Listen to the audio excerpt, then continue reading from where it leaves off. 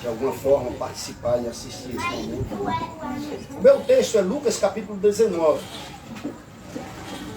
Evangelho de Lucas capítulo 19.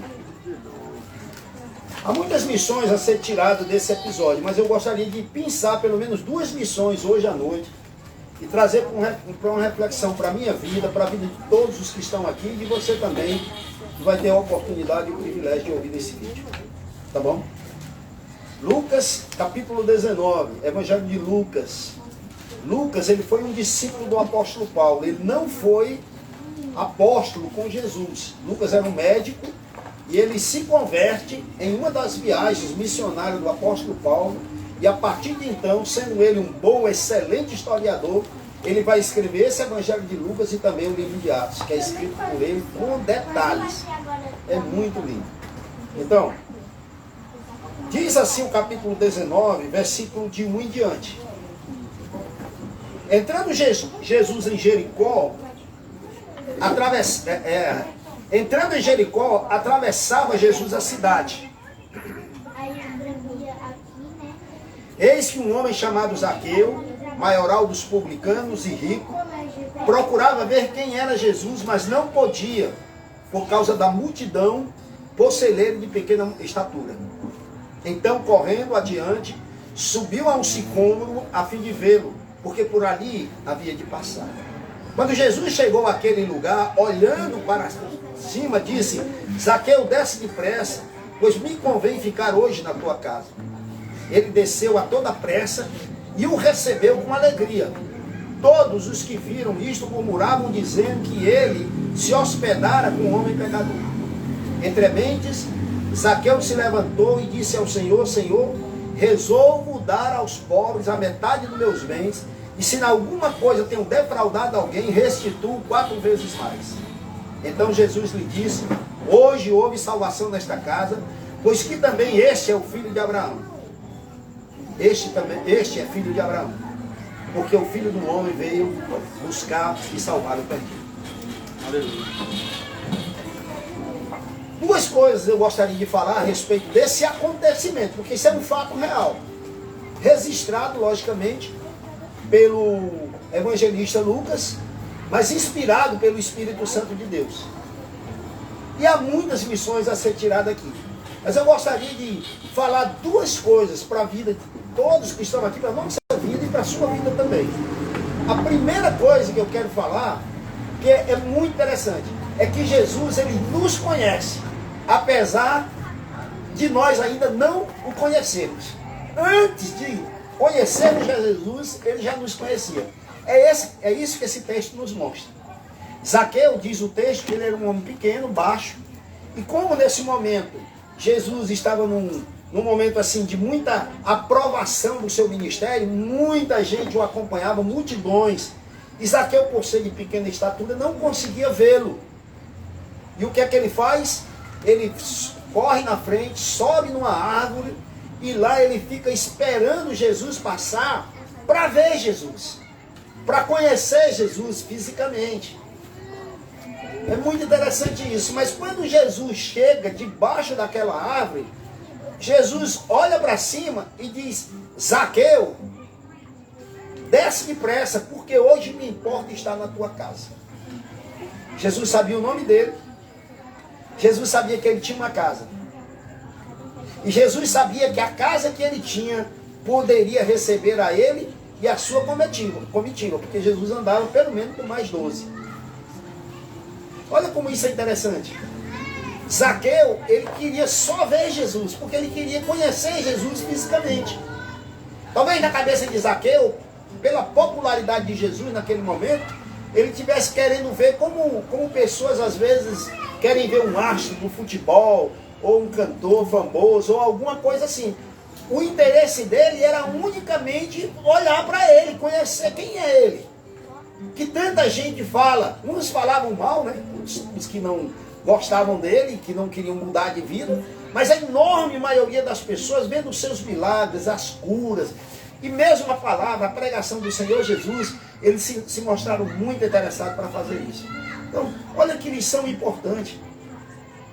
Às vezes você acha que Jesus não lhe conhece. Jesus lhe conhece. Assim como ele conheceu Zaqueu. Ele sabia o nome dele. Isso é muito forte. Em Atos capítulo 9, quando Jesus aparece para o apóstolo Paulo, que aí ele fica cego, você depois pode ler lá. Ele vai para casa, ele entra em Damasco e vai para a rua direita, para a casa de um homem chamado Ananias. E quando Jesus aparece para Ananias, Jesus diz para Ananias, aliás, na rua direita, numa casa lá, né? E ele chega para Ananias e diz, Ananias, entra na cidade, vai para a rua direita, e tu vai encontrar um homem cego orando há 3 dias. O nome dele é Paulo, apelidado de Saulo. Jesus sabia até o apelido de Paulo. Olha como Jesus nos conhece. Foi Jesus que disse que até o cabelo da nossa cabeça está contado. Então Jesus me conhece em profundidade. Jesus sabe do seu nome, o número do seu CPF, da sua identidade. Se você é casado, solteiro, qual a sua idade, qual foi a última coisa que você fez. Isso se chama onisciência. Porque Deus sabe todas as coisas. E Jesus é o Deus Filho que se fez carne. Então ele sabe a respeito da natureza. Diz em Mateus capítulo 17, que Jesus mandou Pedro pescar um peixe, porque na boca desse peixe tinha 2 moedas para pagar o imposto da parte dele e da parte de Pedro. Ele disse, na boca desse peixe vai ter 2 estacas. Ele inclusive falou o valor das 2 moedas. E o apóstolo Pedro vai lá para pescar. E imagina comigo, Jesus está falando com Pedro distante do lago. Mas quando Jesus pronunciou essa ordem para Pedro, o peixe ouviu. O peixe foi catar as 2 moedas. O peixe pegou as 2 moedas e o peixe achou o anzol do apóstolo Pedro. Porque provavelmente deveria ter outros anzóis lá pescando. O que significa isso? Que nada está fora do controle. Nada está do conhecimento do Senhor Jesus. Isso é muito, muito importante. Sabe de uma coisa? Às vezes, muitas pessoas elas caem no erro de querer primeiro consertar suas vidas para depois entregar sua vida para Jesus. Porque elas não se acham dignas dele. Mas entenda uma coisa. A Bíblia Sagrada diz que não há nenhum justo, não há nenhum sequer. Romanos capítulo 3. Todos se extraviaram, a uma se fizerem inúteis. Não há quem faça o bem, não há nenhum só. Não há quem busque a Deus. Você não é diferente dos demais. Nós fazemos parte dessa regra. Mas nem por isso, a exemplo de Zaqueu, Jesus evitou de encontrá-lo. Eu acho tão interessante isso, porque os opositores de Jesus é que disseram que Zaqueu era um homem pecador, era um homem de péssima qualidade. Então, como que Jesus, sendo profeta, como que Jesus, sendo quem ele disse que era, podia pousar, podia estar na casa de alguém do calibre, do tipo de Zaqueu? Na concepção dos religiosos, isso era impossível acontecer. Mas não para Jesus. Então essa é uma lição que eu quero falar para você, meu amigo, minha amiga, meu irmão, minha irmã. Olha, Jesus sabe de você. Jesus lhe conhece. Assim como conheceu Zaqueu. Assim como soube detalhes de Zaqueu. Assim como soube detalhes de tantas pessoas. Mas deixa eu tirar uma segunda lição aqui que eu acho muito valioso. Está no versículo 10. Jesus diz assim, o Filho do Homem, porque o Filho do Homem veio para buscar e para salvar o que havia se perdido, ou salvar o perdido. A minha tradução diz isso. Aqui nós aprendemos uma segunda coisa sobre Jesus. Primeiro, que ele é onisciente, mas a segunda coisa é a respeito da missão dele. A primeira coisa é a respeito dele, quem ele é. A segunda coisa é o que ele veio fazer. E ele diz, eu vim para salvar o perdido. Quando Jesus esteve nessa terra, ele fez muitos milagres. Ele curou cegos, ele colocou paralítico para andar, ele multiplicou pães, multiplicou peixe, ele andou sobre o mar, ele até ressuscitou mortos. Mas sabe de uma coisa? Aqui nesse versículo nós encontramos, saindo da boca do próprio Jesus, o que ele veio fazer nessa terra. Ele veio salvar. Eu vim, o Filho do Homem, porque Jesus era Deus 100% homem e homem 100% Deus. Às vezes nós encontramos a expressão Filho de Deus se referindo à sua divindade, e Filho do Homem se referindo à sua encarnação. Jesus, essa é uma doutrina básica do cristianismo. O Filho de Deus se fez carne. O Filho de Deus se fez um de nós. É por isso que nas Escrituras nós encontramos que Jesus pode se compadecer de nós, porque ele foi tentado da mesma maneira que nós, mas nunca pecou. É por isso que quando você sofre, quando você chora, quando nós nos compadecemos, quando nós estamos tristonhos, quando nós estamos perdidos, ele sabe de nós. E ele veio para nos salvar, ele veio para nos resgatar. Jesus não veio para nos condenar. Ele veio para nos salvar. Essa é a missão dele. Eu não sei de tudo que você tem ouvido sobre Jesus.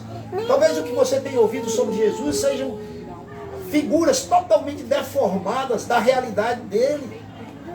Ele lhe ama. Deus lhe ama. Sabe qual é o versículo principal das Escrituras? É João 3,16, que diz que Deus o Pai, nos amou de tal maneira que deu o seu Filho unigênito, para que todo aquele que nele crê não pereça, não vá para o inferno, mas tenha vida eterna. Foi isso que Jesus veio fazer aqui. O Filho do Homem, ele diz, em Marcos capítulo 10, versículo 45, que o Filho do Homem não veio para ser servido, mas para servir e para dar a sua vida em resgate de muitos. Isso é muito forte. Ele veio fazer isso. E ele quer fazer isso porque ele tem feito isso aos milhões, por gerações, após gerações, após gerações. Por 2000 anos Jesus está salvando pessoas. Mas eu só quero concluir aqui uma coisa interessante. Jesus fez um convite a Zaqueu. Zaqueu, desce depressa, porque hoje me importa estar na tua casa. Mas a decisão era de Zaqueu. Zaqueu poderia ter dito, não, eu não vou lhe receber. Você entende isso? Ele veio para isso. Mas diferente do diabo que entra na nossa vida sem pedir licença, Satanás é como uma doença. A gente não pede para ficar doente e fica. Mas Jesus é a cura. E quando eu vou buscar a cura, eu tenho que querer a cura física. Espiritualmente não é diferente. Eu tenho que querer a cura. Zaqueu recebeu, diz o texto, que Zaqueu desceu, versículo 6, ele desceu a toda pressa e o recebeu com alegria. Aleluia, Deus. Você está disposto a aceitar Jesus com alegria no seu coração? E sabe de uma coisa? Zaqueu disse para Jesus assim, Senhor, eu vou pegar a metade dos meus bens, porque se você lembra, o versículo 2 diz que ele era rico, mas era rico mesmo. Zaqueu era um milionário. Eu vou pegar a metade do que eu tenho, eu vou dar aos pobres. E se alguma coisa eu tiver defraudado ou roubado alguém, eu vou devolver 4 vezes mais. Sabe o que é isso? Arrependimento. A partir dessa confissão de Zaqueu, Jesus percebeu que ele nasceu de novo. Sabe por quê? Porque arrependimento é a primeira porta que nos leva a Deus. É querer mudar. Zaqueu, quando olhou para Jesus, ele disse, o que eu procurava eu encontrei. E aquilo que eu achei aqui é melhor de tudo que o dinheiro, que o prazer, que a fama, que o prestígio, que o poder pode me dar. Porque aquilo que ele tem para me dar jamais será tirado de mim. Você não gostaria de receber ele também? De fazer uma oração hoje, aqui. Eu vou orar. Vou terminar essa palavra de oração. E se você aceita, se levante, fique em pé. Diga para Deus, ou sentado, ou deitado. De repente você está acamado, você não consegue se levantar. Se você pode, põe a mão no seu peito. E faça essa oração comigo. Senhor Jesus, a partir desse momento, eu quero, a exemplo de Zaqueu, te convidar que tu entre na casa da minha vida. E aquilo que tenho feito de errado, Jesus, eu quero me arrepender diante de ti. Me ajude a te receber, Espírito Santo, a ti, Jesus, como o Senhor e o Salvador da minha vida. E a partir de hoje, eu quero viver para a tua honra e glória. Amém? Se você fez essa oração, acredite, o seu nome foi escrito no livro da vida. O que você tem que fazer agora, você tem que buscar algum grupo de pessoas que falam de Jesus, que pregam sobre Jesus, e andar, e caminhar. Não ande só. A igreja do Senhor Jesus foi comprada com o sangue dele. Nós devemos prestigiar. Não é perfeita, porque toda comunidade tem problema, mas é o melhor lugar da terra ainda para se estar. Aleluia. Deus abençoe sua vida. Deus abençoe a vida de cada um dos que estão aqui. Que seja um tempo de muito. Aleluia.